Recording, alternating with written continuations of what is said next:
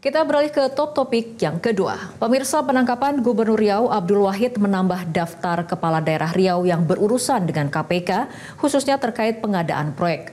Bahkan mirisnya dalam keterangan KPK, Gubernur Riau Abdul Wahid sempat meminta jatah preman dari tambahan anggaran Dinas PUPR Provinsi Riau. Bagi yang tidak menuruti perintah tersebut, diancam dengan pencopotan ataupun mutasi dari jabatannya.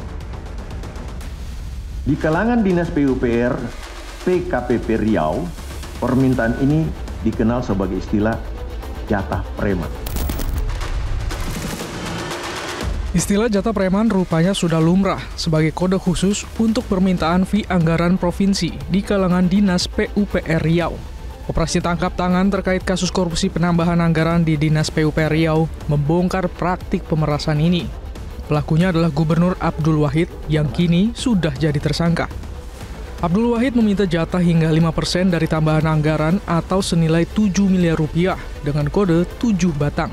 Abdul Wahid bahkan mengancam mencopot pejabat yang menolak perintahnya itu.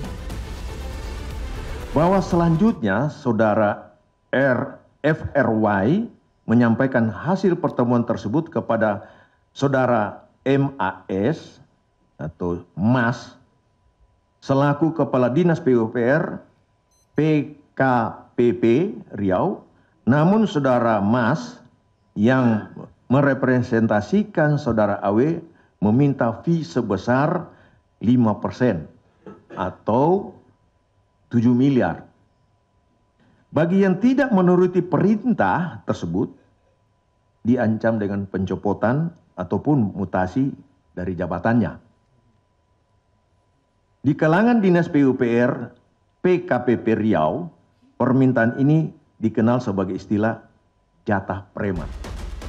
Penangkapan ini menambah daftar kepala daerah Riau yang terjerat kasus korupsi.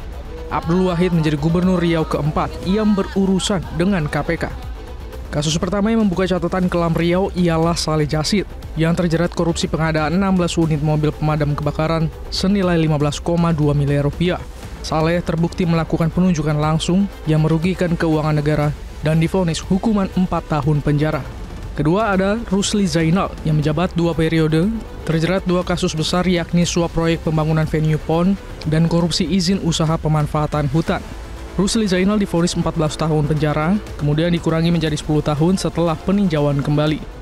Yang ketiga ada Anas Mamun yang terlibat kasus alih fungsi kawasan hutan untuk perkebunan sawit melalui revisi rencana tata ruang wilayah Riau. Anas menerima suap dari pengusaha agar lahan sawit keluar dari kawasan hutan. Anas divonis 7 tahun penjara dan sempat mendapat grasi presiden pada tahun 2020. Namun ironisnya, kembali dipenjara karena kasus gratifikasi RAPBD Riau. Miris, belum genap 1 tahun Abdul Wahid menjabat sebagai Gubernur Riau, ia justru terjerat kasus korupsi. Dirinya pernah mengikuti retret kepala daerah pada Februari 2025 setelah dilantik Presiden Prabowo Subianto. Padahal dalam salah satu kegiatan retret, Presiden Prabowo menekankan pentingnya pencegahan korupsi serta pembenahan tata kelola pemerintahan. Bahkan di dalam kegiatan retret, kepala daerah diberikan pembekal materi, salah satunya terkait pencegahan korupsi. Tim Liputan Metro TV.